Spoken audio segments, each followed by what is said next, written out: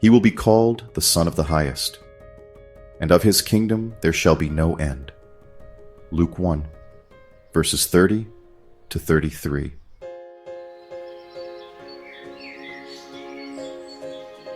I woke up early on the second day to check out the pool at our hotel in Netanya, Israel. The view was beautiful, and I wished I could just relax here for a while to recover from some of the jet lag I still had. But our itinerary had other plans. After a delicious buffet breakfast with chocolate croissants, we hopped back on the bus and headed for Armageddon.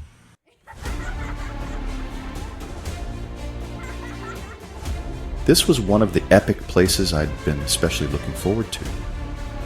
I knew beforehand that this was the traditional place, the Plains of Armageddon, where it is believed that the final battle will take place, as mentioned in the book of Revelation.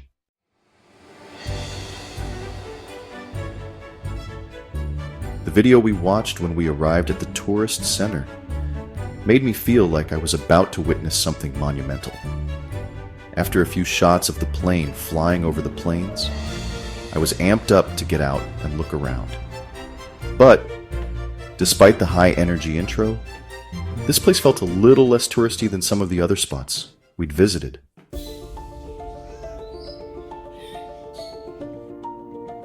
Here, on the Plains of Armageddon, there was a long dirt path that led us to a viewing point. Megiddo, City of Kings, had changed hands over centuries, conquered by kingdoms like Israel, Syria, and Persia.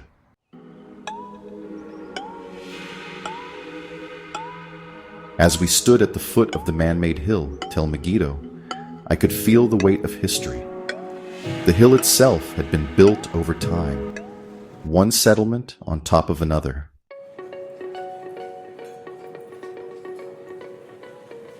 Rami, our guide, pointed out a multi-chambered gate, similar to the one described in the Book of Ruth, built during King Solomon's reign. It was incredible to imagine that I was standing on the same land where these biblical events took place. From the top of Tel Megiddo, we got a sweeping view of the Valley of Armageddon. And it was here that Rami shared a story from the book of Judges. He pointed to Mount Tabor. This is where the prophet Deborah sent Barak to defeat the Canaanites. God used the river Kishon to sweep away the Canaanite chariots. An amazing image I hadn't thought about in years. But now I could visualize it all right before me.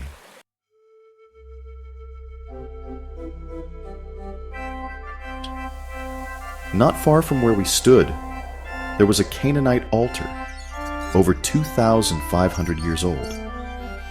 It was a reminder of the land's deep history, aligning with the story of Deborah and Barak. Before leaving Megiddo, I took a moment to look across the plains to Mount Tabor in the distance.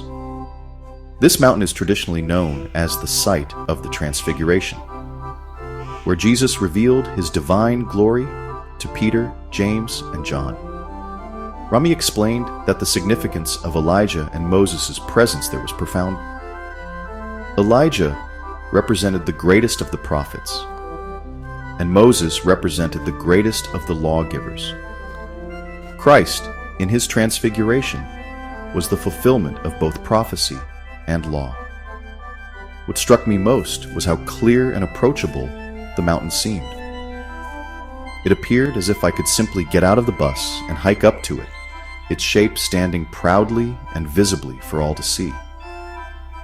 It felt fitting for such an important moment in the life of Christ. The mountain's visibility and accessibility seemed as though God had intentionally chosen this place, clearly visible from all around, to reveal his Son to the world. It was as if he were saying, "Look here, here is my Son." The scene was a powerful reminder that the message of Christ's divine nature was never meant to be hidden, but rather to be seen and understood by all.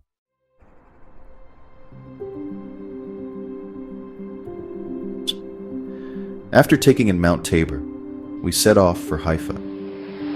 We visited a Carmelite monastery at Muhraqa, the site of Elijah's fiery confrontation with the prophets of Baal. It was one of those places I had been eager to see. I appreciated the significance of what had occurred here. Elijah's challenge to the prophets of Baal. It was a pivotal moment when God's fire had consumed everything.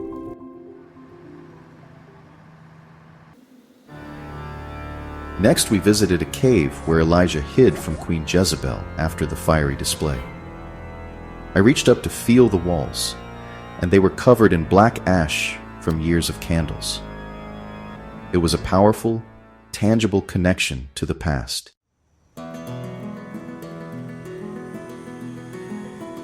As we made our way to Nazareth, I could hardly believe it. Nazareth, the place where Jesus grew up. It felt surreal to be driving into the town. We passed by Mount Precipice, where Jesus was almost thrown off the cliff by the people of Nazareth. The very town he'd called home, yet they rejected him. Entering Nazareth was a bit of a culture shock. The city was predominantly Arab, with signs in Arabic everywhere.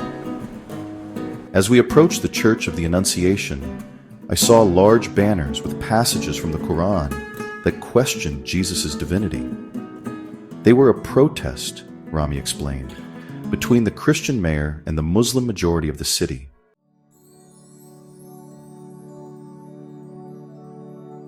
Despite the protest, my feelings changed as I entered the Church of the Annunciation. The beauty of the church took over. The architecture was stunning, and it felt like a place of profound significance. Inside, there was a cave believed to be the place where the angel Gabriel appeared to Mary. I took a photo of it, but I'm not sharing it here. This is too holy to trivialize with a picture. Two things really stood out to me in the church. First, the dome, with light pouring in from a small hole, symbolizing the divine light descending into the world at the moment of Jesus' conception. And second, the three-dimensional portrait of Mary. The beauty of it was beyond words. It was as if Mary herself were present, gazing out at all who entered. Visiting Nazareth, and especially the Church of the Annunciation, was more than just checking a place off my list. It was a reminder of God's incredible plan for our salvation. And as I stood there, taking it all in, I knew I would never think of this place the same way again.